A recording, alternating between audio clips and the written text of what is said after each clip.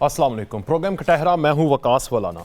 मुझे आज 3 अफसोस हुए हैं। सबसे पहले तो आज ईद मिलादुल नबी, नबी पाक मोहम्मद मुस्तफ़ा सल्लल्लाहु अलैहि वसल्लम का ज़हूर पूरी कायनात के लिए वजह कायनात अल्लाह ताला ने रहमतुल लिल आलमीन बनाकर उन्हें भेजा और उनके ज़रिए इस्लाम को और अपनी तालीमात को पूरी कायनात के लिए और अज़ल से अब तक, यानी शुरू से लेकर इख्तिताम तक, क़यामत और उसके बाद तक उस तालीमात के ऊपर अमल करने का कहा। मगर आज का मुसलमान का दुश्मन हो चुका है और हमने इसका मुजाहरा, जो बड़ा अफसोस है मुझे, वो हमने हंगू में देखा, हमने मस्तोंग में देखा कि किस तरह दो बड़े सूबे, पाकिस्तान के अहम सूबे, उनके अंदर ये लहर ख़त्म होने का नाम नहीं ले रही। और आज फिर उसी मस्जिदों के करीब, दो सूबों में मस्जिदों के करीब किस तरह हमले हुए और अब तक की इतलात के मुताबिक 40 से ज़ायद लोग जो हैं वो जहाँ बहक हो चुके हैं। दूसरा, आज पाकिस्तान के निगरान वज़ीर आज़म वो कह रहे हैं, लेकिन उससे पहले मैं आपको बताता हूँ,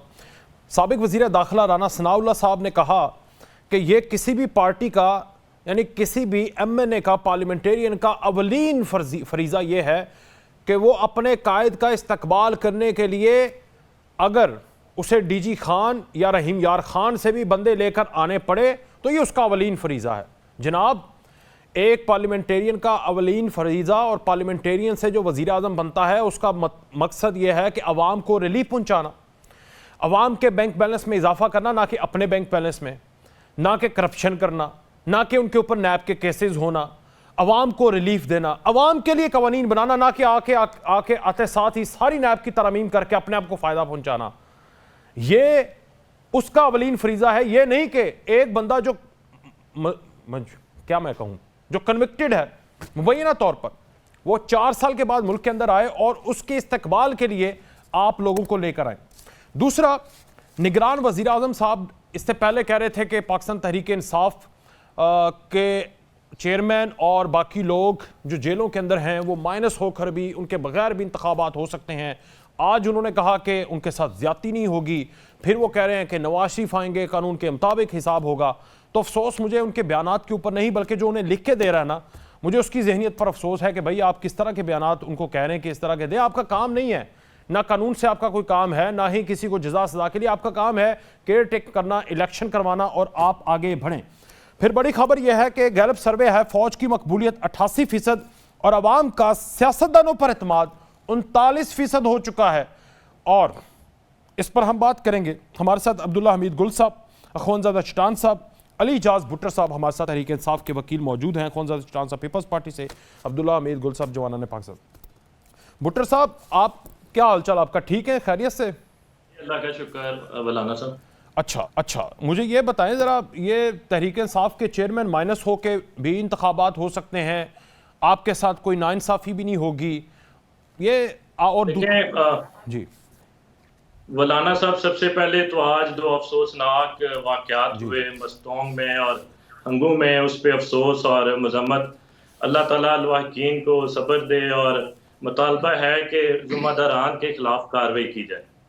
दूसरा यह है कि आपके सामने 16 महीनों में जो PDM की गवर्नमेंट ने इस मुल्क का जो हाल कर दिया है, आपके सामने जो सियासी अदम इस्तेहकाम है, जो मुआशी अदम इस्तेहकाम है और जो ला कानूनियत आपके सामने है, वो सारा कुछ आपके सामने है। लेकिन रियासत के तमाम वसाइल एक ही पॉलिटिकल पार्टी को ख़त्म करने पे लगाए गए हैं।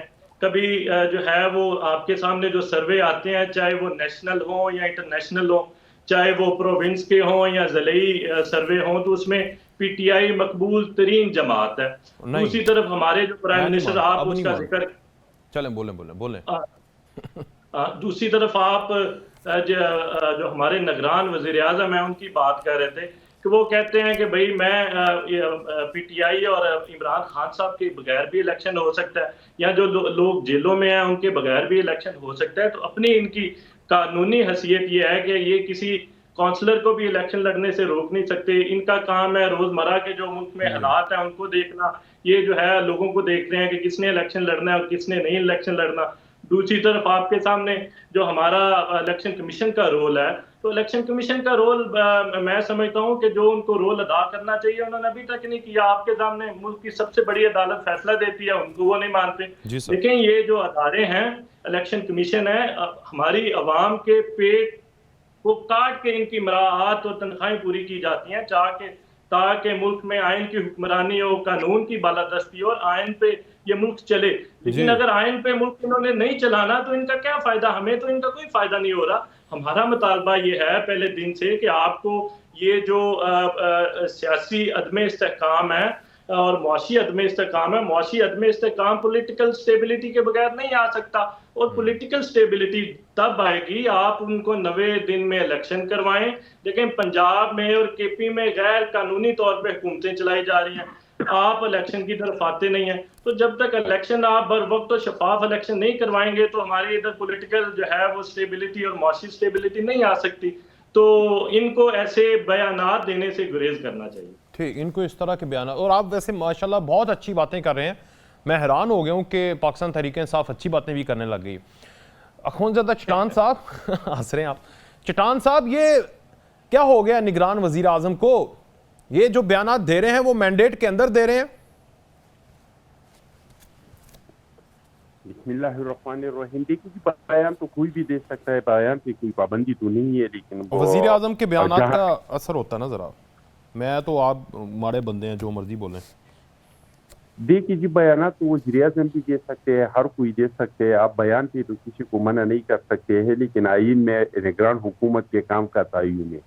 उनको चाहिए कि वो अपने काम की तवज्जो दे और अपने काम के साथ काम रखे। जी सर। और जो इलेक्शन का काम है वो अपना काम करे, जो आजिया का काम है वो अपना काम करे, और ये मुल्क तब तरक्की करेगा जब हम सारे इस अपने आप को इस आइन के ताबे समझे और आइन ने जिसको जितना इख्तियारात दिया है और जो काम दिया है वो सर अंजाम दे दे। लेकिन मेरे लिए वज़ीर आज़म के बयानात से ज्यादा अहम आज जो वाक़या हुआ है, 40 लोग इसमें शहीद है, ये मेरे लिए बहुत ज्यादा अहम है। बहुत अफसोस से कहना पड़ता है कि इतना अरसा हो गया लोग मर रहे हैं, लेकिन हमारे मुल्क में दहशतगर्दी को खत्म करने के लिए कोई वाज़ेह पॉलिसी नहीं है। अगर है तो फिर हमें पता नहीं है। हमने एक पॉलिसी बनाया था नेशनल एक्शन प्लान के, इसको हम खत्म करेंगे, लेकिन अभी तक इस पे अमल दरामद नहीं हुआ। अगर वो काबिल अमल नहीं है, इस पे अमल दरामद नहीं हो सकता है, तो फिर मेहरबानी करके दोबारा सर जोड़ के बैठ जाए और कहे कि भाई जो नेशनल एक्शन प्लान हमने बनाया था वो हमारे लिए काबिल अमल नहीं है, इसके लिए कोई और पॉलिसी बनाए। लेकिन ये सब कुछ जो हो रहा है वो हमारे गलत पॉलिसियों की वजह से हो रहा है, और अगर हमने अपने गलत पॉलिसियों को दुरुस्त नहीं किया तो ये हमसे क्या मुराद है? हमसे मुराद ये है कि हम सारे मिलके, ये कोई एक पार्टी या एक इदारा ये काम नहीं कर सकते। जिस तरह हमने नेशनल एक्शन प्लान के लिए हम सारे इकट्ठे हो गए, इस बार भी इसके लिए कोई प्लानिंग करना होगा। हम में अभी इलेक्टेड बॉडी तो है नहीं, तो हम में से इलेक्टेड बॉडी को माइनस करके आप कह रहे हैं कि बाकी सारे हम। देखिए जी, इलेक्टेड बॉडी अगर नहीं है तो यहाँ की लीडरशिप सारी पार्टियों की मौजूद है। अगर आइंदा कोई इलेक्टेड बॉडी आएगा तो इन्हीं लोगों से आएगा। पिछली बार भी हमने नेशनल एक्शन प्लान किया था, इसमें सारे पार्लियामेंटेरियन तो नहीं थे, इसमें तमाम पार्टियों के सरबराहान थे, इसमें ऐसे पार्टियों के लोग भी शामिल थे जिसका पार्लियामेंट में कोई नुमाइंदगी नहीं थी। ठीक सर। क्या अगर कोई पार्लियामेंट नहीं जाता है तो वो इस कौम का बंदा नहीं है? क्या अगर कोई थोड़ा कम वोट लेता है, इलेक्शन लड़ता है और एक हल्के पे एक ने जीत लिया 60,000 वोट लेकर या 80,000 वोट लेकर, दूसरे ने पर 17,000 वोट लेके, तो क्या वो 17,000 वोट वाले से पूछने का हक नहीं रखता है? वो उस मुल्क का शहरी नहीं है, उसको उस हल्के के 70,000 लोगों का हक। सर उनका सबसे प्राइम मसला भला क्या है? उनका मसला यह है कि अगर बिलावल आएगा मलीर से किसी और जगह पर जाएगा तो मलीर के लोगों को 500, 100, 1000 लोगों को 70,000 में से वहां पर लेकर जाना है ट्रेनों के जरिए, बिरयानी खिला के। नवाज शरीफ बाहर से आएगा तो रहीम यार खान से उनको लारियों में भर के लेके आना। उनका मसला यह है इलेक्टेड बॉडी का, वो हम में नहीं है, हम वाले कुछ और हैं। देखिए जी, अगर कोई वर्कर अपनी पार्टी के इस्तेकबाल के लिए जाते हैं तो जाहिर बात है वो पैदल तो नहीं जा सकते, गाड़ियों में जाएगा। इसमें कोई, ये पाकिस्तान का मसला ये नहीं, मसला नहीं। आप लोग जो कह रहे हैं पाकिस्तान का मसला नहीं, पाकिस्तान का मसला गुर्बत है, पाकिस्तान का मसला बेरोजगारी है, पाकिस्तान का मसला अब्दुल्ला साहब, पाकिस्तान का मसला अमल दरामद करना नहीं है, पाकिस्तान से अपने वसाइल को काम में लाना नहीं, ये मसला है। पाकिस्तान का ये मसला नहीं, क्या कोई किया, कोई किसी ने इस्तेकबाल किया नहीं किया, ये पाकिस्तान का मसला नहीं है। पाकिस्तान के मसाइल इससे हल नहीं हो सकते कि नवाज शरीफ आएगा, एक बंदा इस्तेकबाल के लिए नहीं आएगा तो पाकिस्तान के मसाइल हल हो जाएंगे। क्या बात। जी अब्दुल्ला साहब, ये पाकिस्तान के बड़े मसले, एक तो दहशतगर्दी का मसला है, इंस्टेबिलिटी का मसला है, इकोनॉमिक मसला है, पॉलिटिकल इंस्टेबिलिटी का मसला है। आपको क्या लगता है कि अगले 50 सालों में ये मसले हल हो जाएंगे? 50 साल भी कम क्या है? बिस्मिल्लाहिर्रहमानिर्रहीम। बहुत शुक्रिया वकास साहब। देखें, सबसे पहले तो जश्न ईद मिलादुन नबी की मैं मुबारकबाद भी दूंगा और चाहूंगा ये कि हम अगर अपनी जिंदगी के अंदर हर साल अगर हम हजूर पाक सल्लल्लाहु अलैहि वसल्लम की एक सिफ्त मुबारक को भी अपना लें तो हम एक अच्छे मुसलमान और एक अच्छे इंसान बन सकते हैं। दूसरी तरफ जो है, आज हंगू और जो मखतूम के अंदर वाक़या हुआ और उसके अंदर जो है इतने हमारे प्रेशियस लाइफ जो है वो जाने अपनी गंवा बैठे और शहीद हो गए। मैं उनके ख़ानदान के साथ इजहार यकजहती भी करता हूँ, दुख का इजहार भी करता हूँ, दुआ भी करता हूँ। लेकिन आज ये भी कहूँगा कि आज पाकिस्तानी कौम ने ये दुख भी देखा, लेकिन रोज़ाना जो हमारे शोहदा पुलिस के, हमारे अफवाज के, हमारी रेंजर्स के, हमारे FC के जो लोग शहीद होते हैं, उनको भी याद करना ज़रूरी है। अब जो है मसाइल का हल, पाकिस्तान के जो मसाइल हैं आप देख लें, दहशतगर्दी के अगर वाक़यात हैं तो ये जो जिसका अभी अखुंज़ादा चरान साहब जिक्र कर रहे थे कि जो हमारा एक 20 नुकाती एक एजेंडा तय हुआ था, वो किस हुकूमत में हुआ था, जिसको नेशनल एक्शन प्लान कहा जाता है। उसमें से जो अफवाज पाकिस्तान के जुमरे के अंदर आते थे, वो तमाम नुकात जो थे वो मिनोअन तस्लीम भी किए गए और उनके ऊपर अमल दरामद भी हुआ। और अगर नहीं हुआ तो उस जमाने में भी हुआ, फिर इमरान खान साहब का दौर आया, उसमें भी उस पर काम नहीं हुआ, और फिर PDM की हुकूमत आई, उस पर भी काम नहीं हुआ। तो फिर हमने क्या काम किया? फिर वही वाली बात है, हम के ऊपर जिम्मेदारी है ना, हमने नहीं, आपने, जो लोग इलेक्टेड बॉडी ने, पुलिस है, जो भी है, सिक्योरिटी फोर्स, आप कह रहे हैं। जी नहीं, मैं यही कह रहा हूँ ना, इलेक्टेड बॉडी ने क्यों नहीं परफॉर्म किया? अब जो आपकी बात थी कि 50 साल के अंदर जो मसले हल है वो नहीं, क्योंकि आप पिछले 20 साल का जो पॉलिटिकल सिस्टम है उसको देख लें तो हर आने वाला जो दिन है वो पिछले वाले से बुरा है, और हर आने वाली हुकूमत जो है वो पिछली हुकूमत को, तो क्या करें सर? कोई एलियन लेके वजीर आज़म बना दें, क्या करें? हैं जी सर, क्या करें? हम किसको लीडर बनाएं? एक लीडर बनता है, उसको पकड़ के इक़्तिदार से। जी बोलिए, फरमाइए, आप फरमाइए। नहीं, आप ठीक फरमा रहे हैं। देखिए, मसला यह है कि जब आप अवाम के मैंडेट से आते हैं तो आपको अवाम की जो ख्वाहिशात हैं, जो कि उनकी रोटी का मसला है, उनके रोजगार का मसला है, अमन का मसला है, सलामती का मसला है, उनकी रोशनी का मसला है, गैस का है, फ्यूल का है, उनकी तालीम का है, सेहत का है, वो कहाँ चले जाते? ये एक बहुत बड़ा अलमिया है।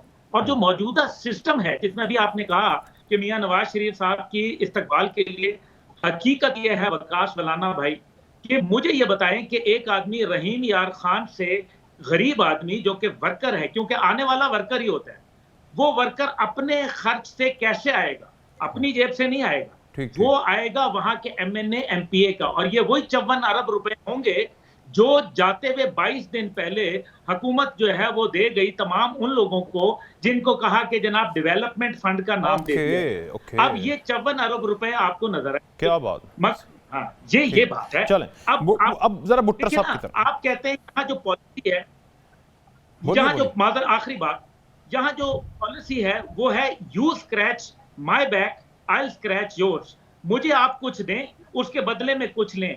अवाम को क्या मिल रहा है सारी कहानी के अंदर? अवाम को तो सवाए जिल्लत और रुसवाई और भूख और अफलास। क्या बात है, आपने जो ये मुहावरा बोला ना अंग्रेजी वाला, उसमें मुझे ये मेरे सामने खबर पड़ी हुई है कि मुझे कुछ दो और देने के बदले में मुझे क्या मिलेगा।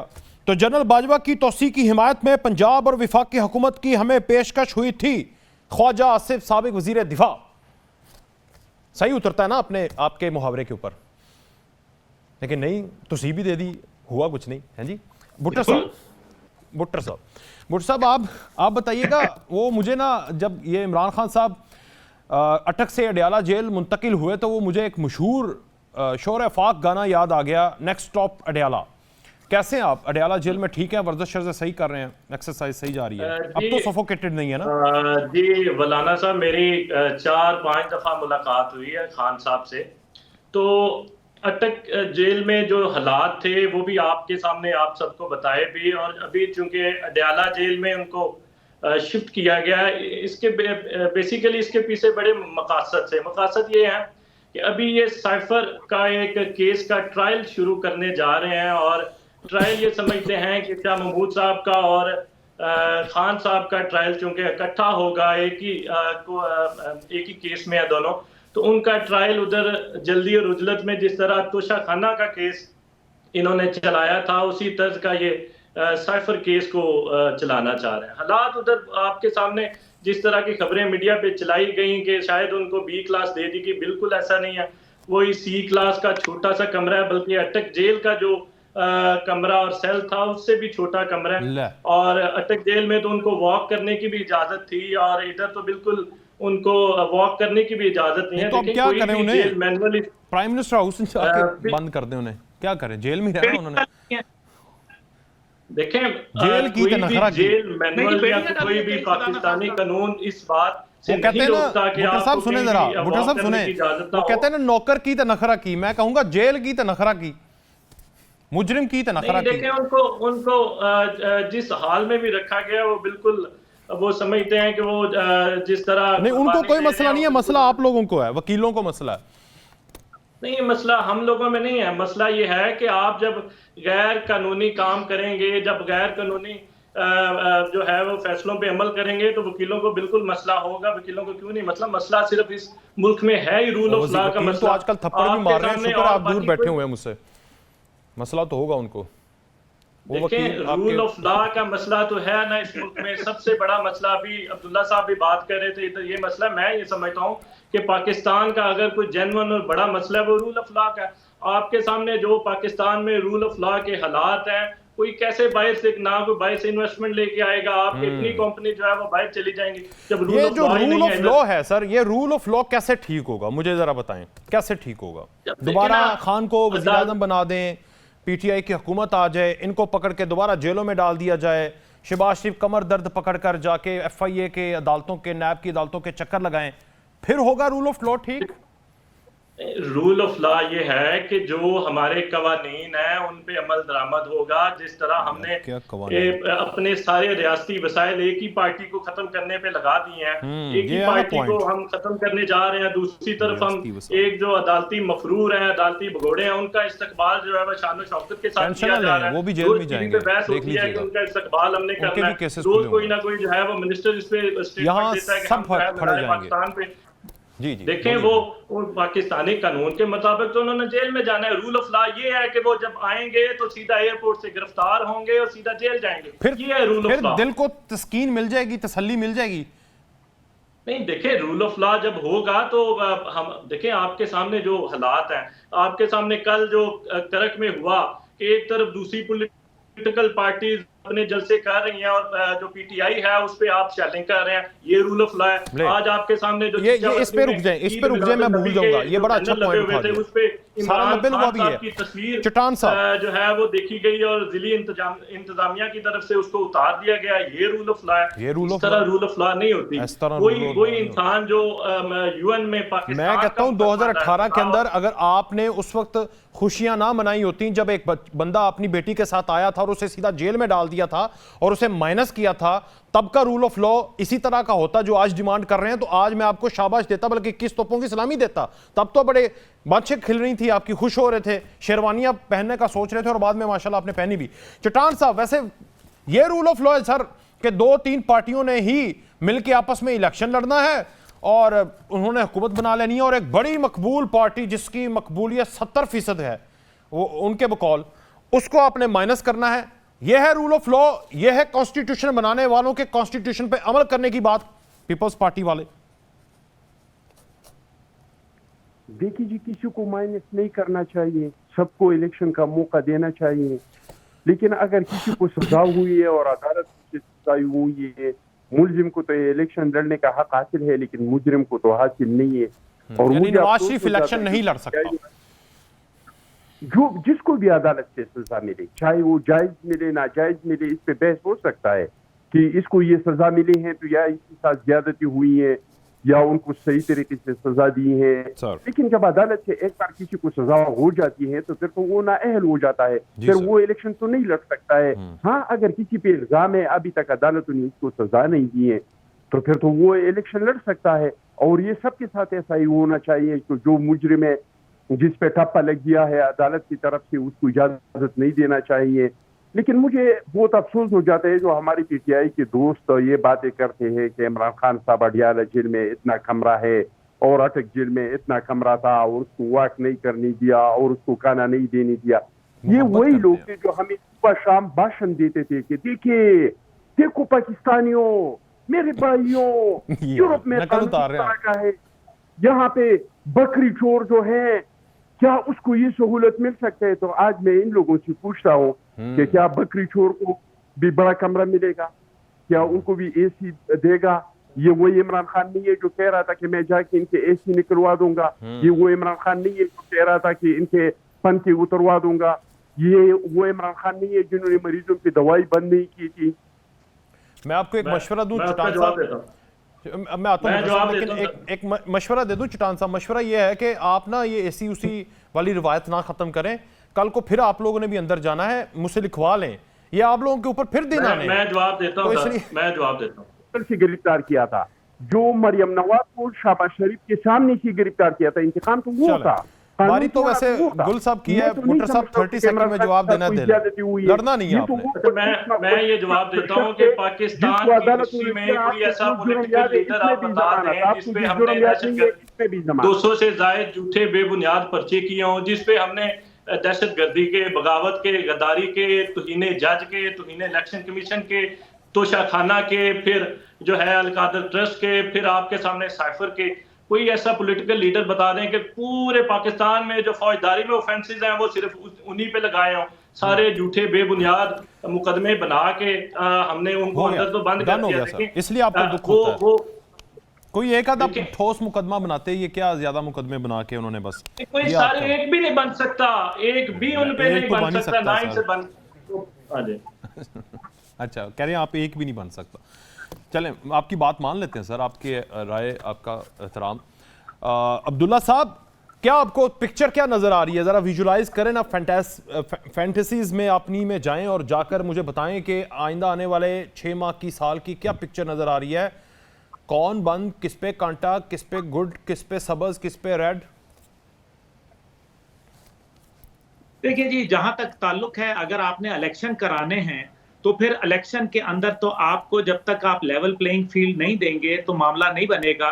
और कहीं ना कहीं कोई मामलात तो चल ही रहे हैं, और वो चाहे पीटीआई से चल रहे हों, चाहे वो पीपल्स पार्टी से चल रहे हों, या चाहे वो मुस्लिम लीग से चल रहे हों, बात तो चल रही है। लेकिन अब अगर ये जो मौजूदा पकड़ धकड़ का सिस्टम है और जो पाकिस्तान के अंदर SIFC का क़याम है, जो फॉरेन इन्वेस्टमेंट को लाया जा रहा है, या पाकिस्तान के अंदर जो माफियाज को नकेल डाली गई है, बावजूद इसके कि पीटीआई के चेयरमैन अपनी मकबूलियत के बावजूद, जो कि उनके मुताबिक जो अभी आपने फैक्ट एंड फिगर दिए कि 70% मकबूलियत है, जिसका मतलब है 16 करोड़ 80 लाख लोग पाकिस्तान में उनको चाहते हैं। ये अलग बात है कि ट्विटर के ऊपर या फेसबुक पे जब ट्रेंड बनता है तो वो 1.5 से 2 लाख और 3 लाख से ज्यादा नहीं जाता। ये एक अजीब बात है कि 16 करोड़ 80 लाख आदमी की मकबूलियत और ना उसको जेल से कोई जी चलें टाइम। अच्छा, अब मसला यहाँ ये है कि ये सारी चीज के बाद हम ये देखते हैं कि ये मामला तो नहीं चल रहे, माफियाज को कंट्रोल नहीं कर सके। अब जो है वो अगर ये सिलसिला चल रहा है और अगर आपने इलेक्शन कराए तो पहली बात है कि ये तमाम जो कंटिन्यूटी है ये रुक जाएगी। दूसरी तरफ ये है कि इलेक्शन कराना भी बड़ा जरूरी है, क्योंकि मुल्क के मसाइल का हल फेयर एंड फ्री इलेक्शन के, लेकिन फेयर एंड फ्री इलेक्शन के अंदर कौन आएगा? मसला ये है कि क्या यहाँ जो लोग हैं वो फेयर और फ्री हैं? क्या ये जो एक दिन पार्टी छोड़ के अगले दिन किसी दूसरी पार्टी में चले जाते हैं, क्या ये फेयर पॉलिसी है? क्या इलेक्शन कमीशन को ऐसे लोगों पे 5 साल की पाबंदी नहीं आयद करनी चाहिए? क्या हकीकत ये नहीं है कि जो अभी जिस बात हम कर रहे थे कि जनाब केपी में 2 जगह पे जलसा कर हो रहा था, एक जो था वो पीटीआई का, उसको इजाजत नहीं मिली। तो मुझे पता नहीं क्यों याद आ रहा है कि एक पार्टी थी जिसने तीसरे नंबर पे पाकिस्तान में सबसे बड़े वोट लिए थे, उसका नाम था टीएलपी। और टीएलपी को जो है जिस तरह से स्टेट मशीनरी ने कुचला, उसके खिलाफ मुकदमात बनाए और उनको जो है टीवी पे बैन किया, उनका हर किस्म की चीज को बैन किया, उनको कहीं जलसा करने की इजाजत नहीं दी, उनके ऊपर दहशतगर्दी के मुकदमात कायम किए। मैं इस पॉइंट पे ब्रेक लेता हूं और मैं आपको ये भी बताता जाऊं कि 70% मकबूलियत खुद क्लेम करने वाले से गैलप सर्वे के मुताबिक पाकिस्तान फौज की मकबूलियत 88% है, ज्यादा है। हालिया सर्वे है, ब्रेक के बाद बात करेंगे जनाब।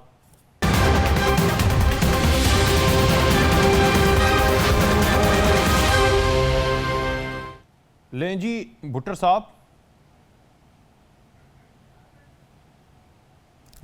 एक बात तो सुने ज़रा।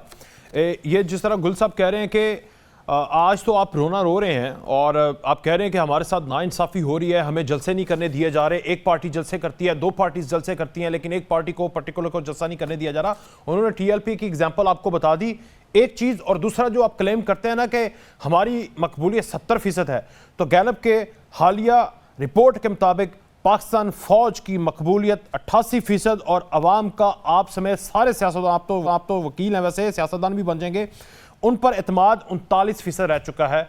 तो आप तो हार गए जनाब, बड़े आए मकबूल। देखें जो है बात इन्होंने की कि टीएलपी की बिल्कुल सबको, जब पीटीआई की गवर्नमेंट थी तो सबको इजाजत थी, आपके सामने पीपीपी, नून लीग और टीएलपी वाले अपनी रैलियां निकालते रहे, किसी ने उनको नहीं रोका था। दूसरी बात ये है कि जो आप सर्वे की पाकिस्तान में हुआ है या फिर ये कोई अफ्रीका में हुआ है, कहां पे हुआ है? मेरे ख्याल में कोई ऐसा कोई वाकया बता दें जिधर कभी रोका हो, मेरे ज़हन में तो नहीं आ रहा कि कहीं रोका हो। अच्छा। दूसरी बात यह है कि जो आप सर्वे की कोई बात ऐसा वाकया बता दें कि उनको बेचारों को ना रोका हो। चौक यतीम खाना ये पास ही है लाहौर में। शायद कोई वायलेंस के वाकयात हुए और उधर को थोड़ी बहुत हुए, अदरवाइज किसी को चले आप नहीं जस्टिफाई कर सकते, वो आपके पिछले आपके हालिया लीडर ने पहले किया हुआ है, उसको माफ कर दें। आपके साथ नाइंसाफी नहीं होनी चाहिए। इस तरह यह है कि जो आप सर्वे की बात कर रहे हैं, मेरे ख्याल में 88% जो है वो बिल्कुल इसको तो 100% होना चाहिए। कोई भी मुहब्बे वतन जो है वो शहरी पाकिस्तान का रहने वाला, वो सब अपनी फौज से प्यार करते हैं। मसला सिर्फ है कि अपने अदारों को अपनी आईनी हदूद में रह के अपने जिम्मेदारियां अदा करनी चाहिए। इनको भी अपनी आईनी जिम्मेदारियां अपनी हदूद में रह के अदा करनी चाहिए। अदालतों को भी अपनी आईनी जिम्मेदारियां अपनी हदूद में रह के अदा करनी चाहिए और अदालतों को। अच्छा मुझे बताएं, इस गैलप सर्वे को मानते हैं आप? क्योंकि आज तक सारे गैलप सर्वे को मानते नहीं थे ना आप, जो आपके खिलाफ आता था। इस गैलप सर्वे को मानते हैं 88% पाकिस्तान आर्मी की मकबूलियत? मैंने अभी डिटेल में इसको देखा नहीं है, मैं भी आपको सेंड कर दूं। नहीं, मैं आपको बता रहा हूं ना यार, इसमें क्या डिटेल है? 88% मकबूलियत है। मैं वही कह रहा हूँ कि कोई भी मुहब्बे वतन जो है सारे पाकिस्तान से। आप जब खान साहब कहते थे मेरी 70% मकबूलियत है, हम डिटेल मांगते थे, हम कहते थे ठीक है होगी भाई। तो वो तो चाहे वो कौमी सर्वे हो या इंटरनेशनल सर्वे हो, सूबाई हो, ज़िले हो, पाकिस्तान तहरीक इंसाफ की मकबूलियत तो सबके सामने है। दुश्मन भी मानते हैं कि मकबूलियत सबके सामने है, वो उसमें तो दो राय है ही नहीं है। तो मैं बाकी जो फौज की पाकिस्तान आर्मी, वो तो बिल्कुल 100% होनी चाहिए जो मकबूलियत है, उसमें तो दो राय है ही नहीं है। मसला सिर्फ ये है बदलाव कैसे आया? क्या कह रहे हैं? ये बदलाव कैसे आया गुफ्तगू में? कौन सा बदलाव? 88% मकबूलियत को तस्लीम करने वाला कह रहे हैं 100% होनी चाहिए। माशाल्लाह जी बिल्कुल होनी चाहिए। कोई भी मुहब्बे वतन जो शहरी है वो पाकिस्तानी फौज से सारी प्यार करते हैं, कौन नहीं करता। मसला मैं आपको रहा हूँ, मसला ये है कि इन सारे अदारों को अपनी आईनी हदूद में अपनी आईनी जिम्मेदारियां अदा करनी चाहिए। चाहे वो पाकिस्तान की फौज हो, चाहे वो हमारी अदलिया हो, चाहे वो इलेक्शन कमीशन ऑफ पाकिस्तान हो। Election commission of Pakistan, election commissioner की भी मकबूलियत आपके करीब है, पूरी करनी है। पता आपको इस सर्वे में पढ़िएगा, डिटेल सेंड करवाना है, करवा के तो इस मुल्क में जो पॉलिटिकल इंस्टेबिलिटी है उसको खत्म करें, जो मुआशी इंस्टेबिलिटी है उसको खत्म करें। और आईनी हदूद तो ये है ना कि आपके सामने सर ये बातें आपने पहले भी कर दी, आगे बढ़ते थे। मुमलकत आरिफ अलवी साहब इलेक्शन कमीशन के जो चीफ इलेक्शन कमिश्नर उनको बुलाते हैं मीटिंग में, और उसी दिन जो है वो अमेरिकन एम्बेसडर से मिल लेते हैं। ये आईनी जिम्मेदारियां उनको तय करनी है, हर अदारे को अपनी आईनी जिम्मेदारियां अदा करनी है। ठीक है। और वो अपनी हदूद में रह के अदा करनी है। ले जी चटान साहब, कैसा लगा आपको? सर आपकी मकबूलियत तो कहीं है ही नहीं, आपकी मकबूलियत है 39% और सियासतदानों की, उसमें आपकी पार्टी की तो मुझे लगता है कि वो कह रहे थे कि 2% 3% है बस पे पाकिस्तान पीपल्स पार्टी फारिग हो चुकी है इनके बकौल। तो 88% के ऊपर पाकिस्तान आर्मी की मकबूलियत जा चुकी है। आप भी चाहते हैं 100% पे पहुंचे? देखिए जी, ये सर्वे ही मजाक खेज लगती है। क्या पूरी दुनिया में कभी इस तरह का हुआ है कि सियासी पार्टियों के और फौज के बारे में सर्वे हुआ है कि कौन ज्यादा मकबूल है? और मैं समझता हूँ कि फौज का जो मकबूलियत है वो 100% होना चाहिए मुल्क में। ये अगर 88% है तो ये बहुत अफसोसनाक है। और माजी की जो एस्टेब्लिशमेंट है और जो फौजी थे, अगर वो सियासत में हिस्सा नहीं लेते, अगर वो सियासत में मुदाखलत नहीं करते, तो मैं समझता हूँ कि ये 100% जो है इनका मकबूलियत होता। और अगर किसी को शौक है कि मकबूलियत कितना है अवाम में, तो जनरल बाजवा साहब को ला के किसी भी पार्टी के किसी आम वर्कर के साथ इनको इलेक्शन लड़वाई। इलेक्शन आ रहा है 2-3 महीने बाद, वो तो भी लड़ नहीं ना सकते। मकबूलियत के ग्राफ का पता चल जाएगा कि कौन कितना पानी में है, किसको कितना मकबूलियत हासिल है। क्योंकि किसी की मकबूलियत का पैमाना जो है वो अवामी इलेक्शन है। अगर आप सर्वे की बात करते हैं तो सन में जो बल्दियाती इलेक्शन हो रहा था कराची में, तो हम 6ठे नंबर पे थे। और फिर हमने फिर आपने धांधली की, फिर आप जीत गए और आप कह रहे हैं हम 1 नंबर पे। हल्के पे 1 सेकंड, मिर्जा इस्माइल के हल्के पे जो इलेक्शन हो रहा था, आप इन दिनों के सर्वे निकाल के देख ले। और आपके साथ मेरा प्रोग्राम हुआ था, इसमें आपने कहा था, आपने मुझे कहा था कि फलाना सर्वे हुआ है, डिंगर सर्वे हुए, पाकिस्तान पीपल्स पार्टी जो है वो 4थे नंबर पे है। वो इलेक्शन हमने जीत लिया। तो इलेक्शन आ रहे हैं, हर एक में की मकबूलियत का पता। सर वो तो आप धांधली करते हैं ना यार, आप धांधली करते हैं कि फौज को कितने मकबूलियत हासिल है अवाम में। तो जनरल बाजवा साहब को इलेक्शन लड़वाई, ये आने वाले इलेक्शन में मकबूलियत का पता चल जाएगा कि कितना वोट वो लेता है अवाम को, अवाम की तरफ से उनको कितने पजीराई मिलते हैं। मैं समझता हूँ कि ये सर्वे बिल्कुल नॉनसेंस सर्वे है कि आप सियासी पार्टियों का और फौज का मुआवजा करते। फौज का तो 100% होना चाहिए, 100%। और फिर अब्दुल्ला भाई आप भी इत्तेफाक करेंगे? अगर हमारा फौज ये दहशतगर्दी का और भी काबू करे, जो हर रोज धमाके होते हैं, अगर ये बंद हो जाए तो मैं समझता हूँ इसमें और भी इजाफा हो। सर मेरी तरफ से 200% होनी चाहिए।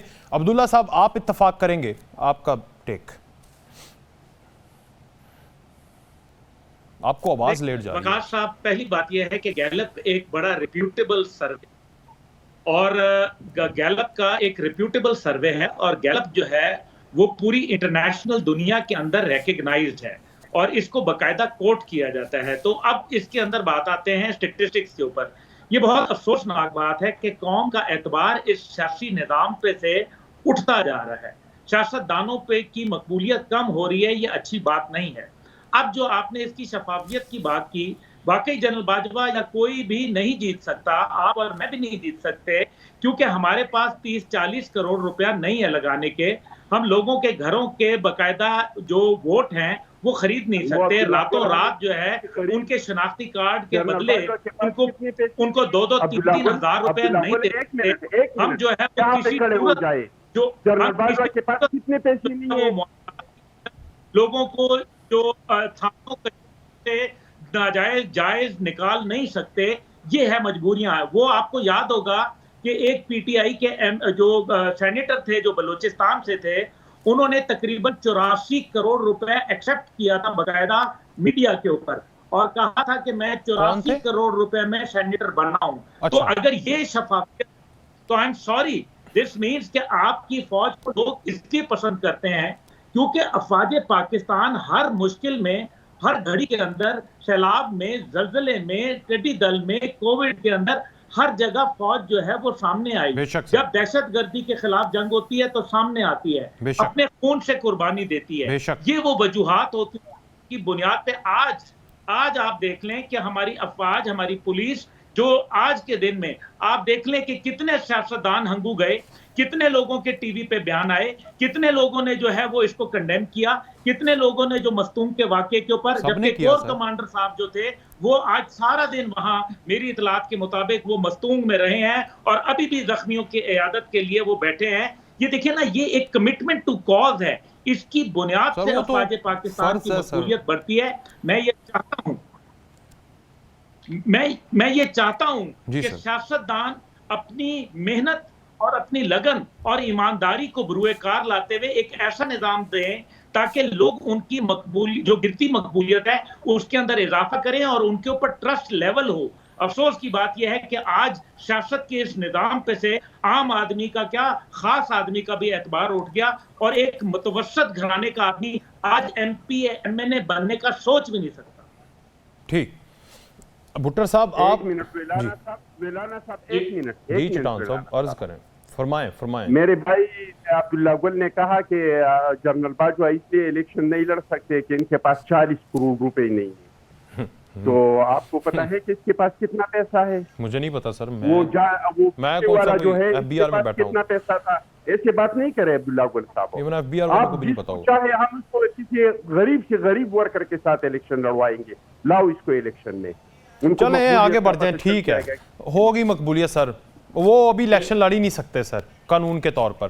कहानियां तो सियासतदानों की नहीं है कि जजीरी सियासतदानों इन्हें नहीं खरीदी है। अगर खरीदी होती तो नाम लिया है जाहिर हो जाती। और सर जी भी एक बार लाए ना एहतिसाब के सामने, इनका भी एक बार एहतिसाब करें। और तो 16 मार्च कर लेंगे ना जजीरों वालों की, वो लोग जो जौलत के दौर में रहे, इनके बच्चे आज इनके हाथ वो सोने में है। इनसे पूछे कि आपके कारोबार, ये आप अब्दुल्ला भाई को कह रहे हैं, कहाँ है, आप कहाँ से कमाते हैं, कहाँ से ये पैसे आए हैं?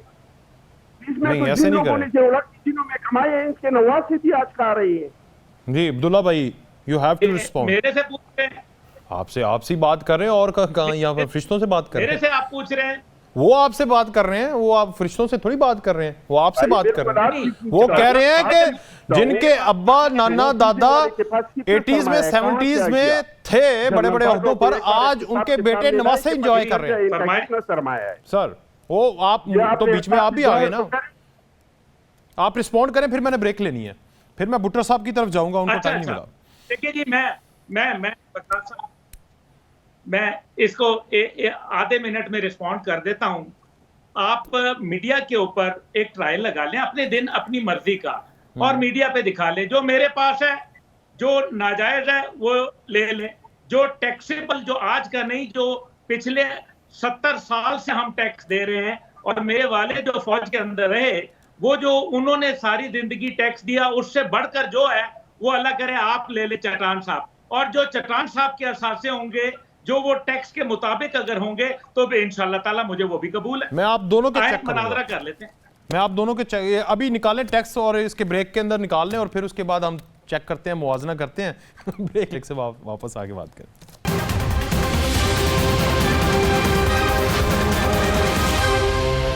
एक बार फिर से खुशामदीद। ब्रेक से पहले अब्दुल्ला गुल साहब ने मुझे तो ऐसे जैसे चेयरमैन FBR ही समझ लिया था और उसके राइट्स दे दिए थे कि वो देख लेते हैं दोनों के टैक्स रिटर्न्स और ये वो, लेकिन मेरा भी हाल वही होना है जो कि हमेशा हमारे चेयरमैन FBRs को होता रहा है। मुझे भी कुछ नहीं पता चलना और इन दोनों के असासे इनके पास ही रहने हैं। भुट्टर साहब, मुझे बताइएगा कि टिकटें शिकटें आपने तैयार कर ली हैं, कितने बंदे इलेक्शन में मैदान जंग में उतरेंगे ये अखौंज़ादा चट्टान की पार्टी को पछाड़ने के लिए आपकी तरफ से? कोई बचा है? देखें, अभी बात हो रही थी कि जो हमारा पॉलिटिकल सिस्टम है पाकिस्तान में, बिल्कुल पैसे की बुनियाद पे इलेक्शन लड़ने वाला ही सिस्टम था, लेकिन आपके सामने PTI ने ये कल्चर काफी हद तक चेंज कर दिया है। मैं आपको एक सच्चा वाकया सुनाता हूँ कि हमारा इलेक्शन था पंजाब का। हाँ बिल्कुल, झूठ नहीं बोल रहा। उसमें मैं आपको बताता हूँ, पेशावर का मतरा तहसील का एक इलेक्शन था, आपको याद हो, बल्दियाती इलेक्शन था। उसमें उधर से काफी वुकला की तरफ से मुझे राब्ता किया गया कि जो हमारे कैंडिडेट हैं इनाम खान साहब, वो क्योंकि फाइनेंशियली बड़े वीक हैं तो वो इलेक्शन नहीं जीत सकते, तो आप खान साहब को बताएं कि ये इलेक्शन नहीं जीत सकते और पार्टी फंड से इनकी मदद की जाए। वो मैंने बिल्कुल खान साहब से एक दिन वो बात की। खान साहब ने कहा कि देखो, ये बिल्कुल तुम फिक्र नहीं करो, ये इनाम जो है वो इलेक्शन जीतेगा। तो अभी हमारा चलेगा। देखिए, अभी हम जिस बंदे को भी अपने वर्कर को टिकट देंगे, इंशाल्लाह वही इलेक्शन जीतेगा। आपके सामने जो हालात और मकबूलियत मेरे सामने कैमरा में बैठा है, इसको भी दे दें। हिस्ट्री में किसी की नहीं रही। और बाकी जो है होमवर्क टिकटों का, वो पहले भी हमारा ऑलमोस्ट कंप्लीट था और अभी भी कंप्लीट है, और उसका हतमी फैसला चेयरमैन पीटीआई इमरान खान साहब करेंगे जेल से बैठकर।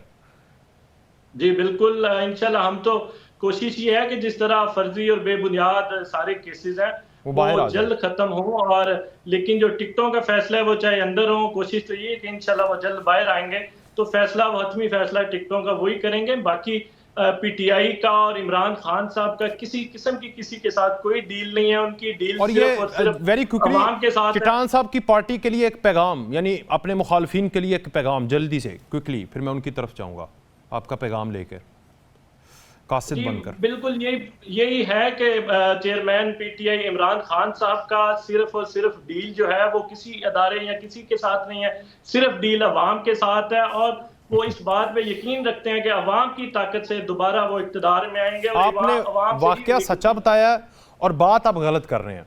चलें, डील होगी, बिल्कुल ठीक है, चलें। चटान साहब, ये देख लिया आपने हौसले चेक किए, अज़म चेक किया है। इसे कहते हैं मर्द मुजाहिद, इसे कहते हैं मर्द मुजाहिद, जो कि इस हालत में भी उसकी ये सोच है कि वो किसी बंदे को भी टिकट दे दे तो आपके बड़े बड़े सुरमाओं को पछाड़ के रख देंगे। देख लीजिएगा, तैयार रहें बस हारने के लिए। कराची में बल्दियाती इलेक्शन हो रहा था, वहां तो पछाड़ के नहीं रख दिया वो यार, वो आप करप्शन करते हैं ना, धांधली करते हैं, सॉरी, वहां तो पिछाड़ के नहीं रख दिया। जहां जहां आप जीतेंगे धांधली होगी, जहां जहां हारेंगे सच होगा। अवाम का हक है, जिसको कामयाब करना चाहे, जिसको वोट देना चाहे उसको दे दे। अवाम के वोट से मुंतखब होगा, चाहे वो पीटीआई हो, वो मुस्लिम लीग हो, वो पीपल्स पार्टी हो, ये अवाम का जीत होगा, ये मुल्क का जीत होगा। और अगर फिर एक बार हमने वो पुराना जिस तरह के हमने हाइब्रिड हुकूमत लाया था आरपीएस को बैठा के 2018 में या 2013 में जिस तरह के रोज इलेक्शन हमने किया था, तो वो तजुर्बा भी हमारे सामने।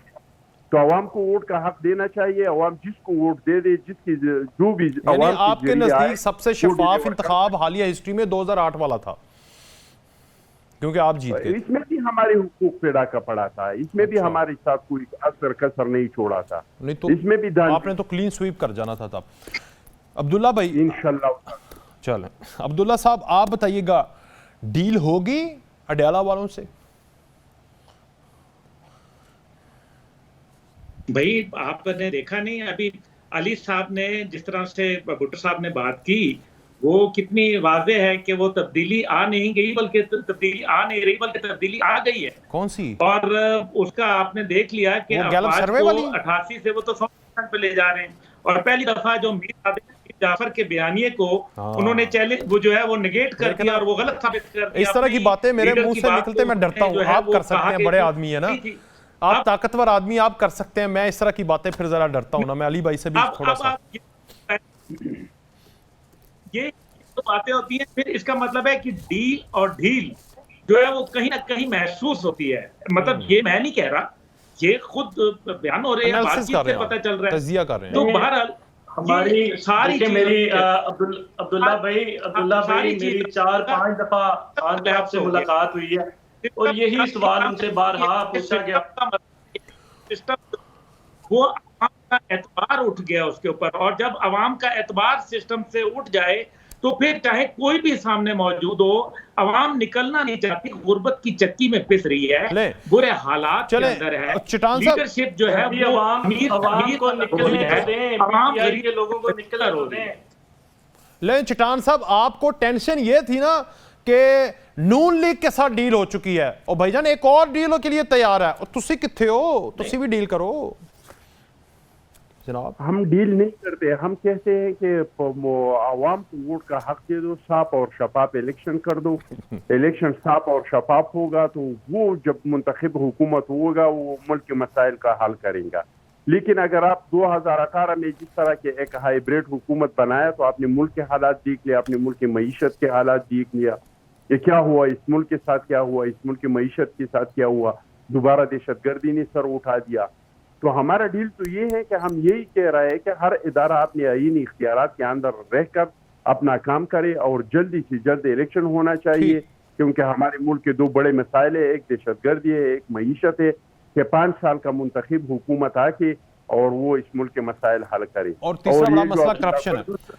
जी भुट्टर साहब, अब्दुल्ला गुल साहब जो कह रहे हैं, मैं क्लियर कर दूं कि अब्दुल्ला भाई भी कह रहे थे उनकी बात सुन ले जरा, एक सेकंड उनकी बात सुन ले चटान साहब की, फिर है टाइम अभी। जी चटान साहब क्या कह रहे हैं? कि अब्दुल्ला गुल साहब से कहे कि हमारे साथ वाहिद मसाइल का हल का वही एक रास्ता है।